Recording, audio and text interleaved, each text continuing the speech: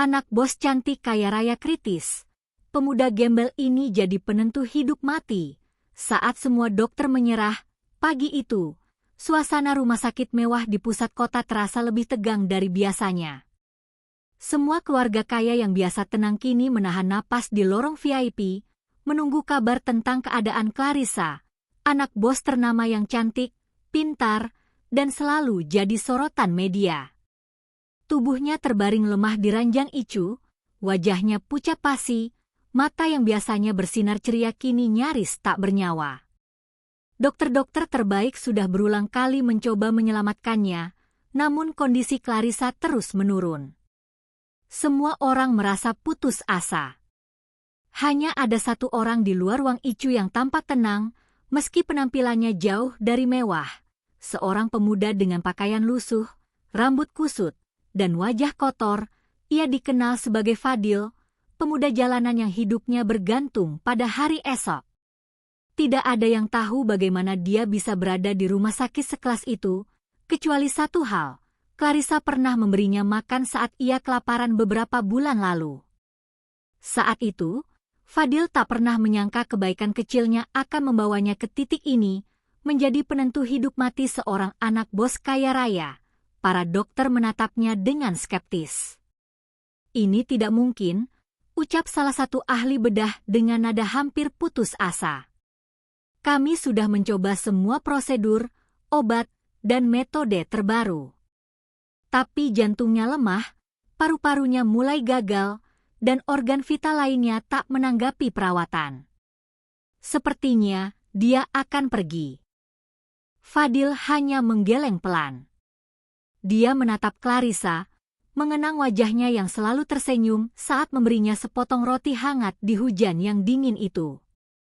"Tidak, kau tidak boleh menyerah padanya," bisiknya lirih, hampir seperti berbicara pada dirinya sendiri. Dokter-dokter itu menatapnya lagi, menilai apakah pemuda ini gila atau hanya berani bicara. Salah satu perawat menunduk, hampir ingin menangis. "Pak, ini anak bos. Semua upaya sudah habis. Jangan berharap terlalu banyak." Fadil menelan ludah, menatap layar monitor yang menampilkan detak jantung Clarissa yang nyaris tak stabil. Dalam hatinya, ia tahu ada satu hal yang harus dilakukan, sesuatu yang tak akan dipercayai orang lain. Ia menarik napas dalam, kemudian melangkah mendekati ranjang. Tangan yang kotor dan gemetar itu ia letakkan di tangan Clarissa, dan dengan suara yang rendah namun mantap, ia mulai berbicara. "Clarissa, dengarkan aku. Ingat waktu hujan itu? Kau memberiku sepotong roti. Kau tersenyum dan bilang, 'Fadil, jangan pernah menyerah.' Sekarang giliranku untuk membalas senyummu. Jangan menyerah, Clarissa. Hidupmu belum selesai." Dalam keheningan itu, detak jantung Clarissa tampak sedikit berubah, perlahan, namun nyata. Dokter-dokter menatap layar monitor, tak percaya. Salah satu dari mereka menggenggam tangannya, merasakan kehangatan yang tiba-tiba muncul dari tubuh gadis itu. Fadil menunduk lebih dekat, berbicara lebih cepat, seolah setiap kata adalah mantra yang bisa menahan ajal. "Kau harus bertahan, Clarissa. Aku tidak peduli apa kata mereka, aku tidak akan membiarkanmu pergi. Kau bukan hanya anak bos kaya, kau manusia yang berhak hidup. Aku percaya padamu." Suasana di icu hening, hanya suara mesin monitor dan napas berat para dokter yang terdengar. Detak jantung Clarissa mulai stabil, perlahan tapi pasti. Mata yang pucat itu kini berkedip, dan sekilas cahaya muncul di matanya. Fadil meneteskan air mata, tidak menyangka metode sederhananya, percakapan, perhatian, dan keyakinan dapat menembus batas medis yang bahkan dokter menyerah. Dokter-dokter yang melihat itu saling berpandangan, tidak bisa berkata apa-apa. Mereka terkejut, bingung, dan takjub pada kekuatan sederhana yang dimiliki pemuda gembel ini.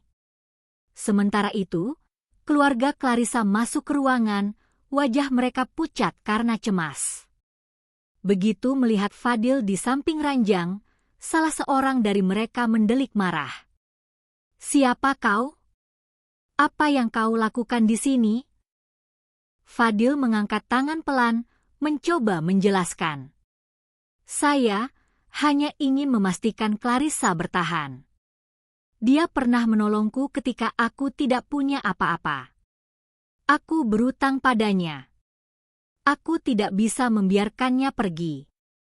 Mendengar itu, keluarga Clarissa tercengang. Mereka tidak bisa marah, karena fakta yang terlihat jelas, gadis mereka mulai membaik. Perlahan tapi pasti, warna kembali muncul di pipi Clarissa, napasnya lebih teratur, dan ia membuka matanya. "Fadil," suaranya lemah, tapi penuh pengakuan. Fadil tersenyum sambil menahan air mata. "Aku di sini, Clarissa. Kau baik-baik saja sekarang." Semua dokter berdiri terdiam, menatap pemuda gembel ini dengan rasa kagum dan malu. Mereka yang menganggap semua usaha mereka sia-sia, kini menyaksikan mukjizat kecil yang lahir dari hati tulus seseorang. Clarissa menangis, bukan hanya karena kesakitan yang ia rasakan, tapi juga karena perasaan bersalah dan terharu. "Maafkan aku selalu berpikir aku bisa menghadapi dunia sendiri. Tapi aku salah, aku membutuhkanmu." Fadil menggenggam tangannya lebih erat. "Tidak apa-apa, Clarissa. Aku di sini. Aku tidak akan pergi." Sejak hari itu, kehidupan Clarissa berubah total. Ia menyadari bahwa harta, kekuasaan, dan kemewahan tidak selalu mampu menyelamatkan seseorang dari ujian hidup. Ia belajar arti tulusnya kebaikan dan keberanian yang lahir dari hati, bukan dari gelar atau status sosial. Sementara itu, Fadil, pemuda jalanan yang tak pernah dibayangkan dunia ini akan dikenali, kini berdiri sebagai sosok yang dihormati oleh keluarga kaya itu. Tapi ia tetap rendah hati, karena ia tahu mukjizat itu bukan datang dari dirinya, melainkan dari ketulusan hati yang tidak menilai kaya atau miskin, cantik atau lusuh. Hari-hari berikutnya, Clarissa perlahan pulih sepenuhnya. Namun bayangan hampir kepergiannya dan kebaikan Fadil selalu terpatri di hatinya. Ia memutuskan untuk membantu pemuda itu keluar dari kehidupan jalanan, memberinya pendidikan, kesempatan, dan kehidupan yang lebih baik. Namun Fadil menolak sebagian besar tawaran kemewahan. Ia hanya ingin bekerja, belajar, dan membalas kebaikan orang-orang yang membantunya selama hidupnya. Keduanya menjadi simbol kekuatan hati dan keajaiban yang lahir dari ketulusan. Dari satu pertemuan kecil di tengah hujan dan kesulitan, muncul cerita yang mengajarkan dunia, harta dan status bukanlah penentu hidup, tapi hati yang tulus dan keberanian adalah.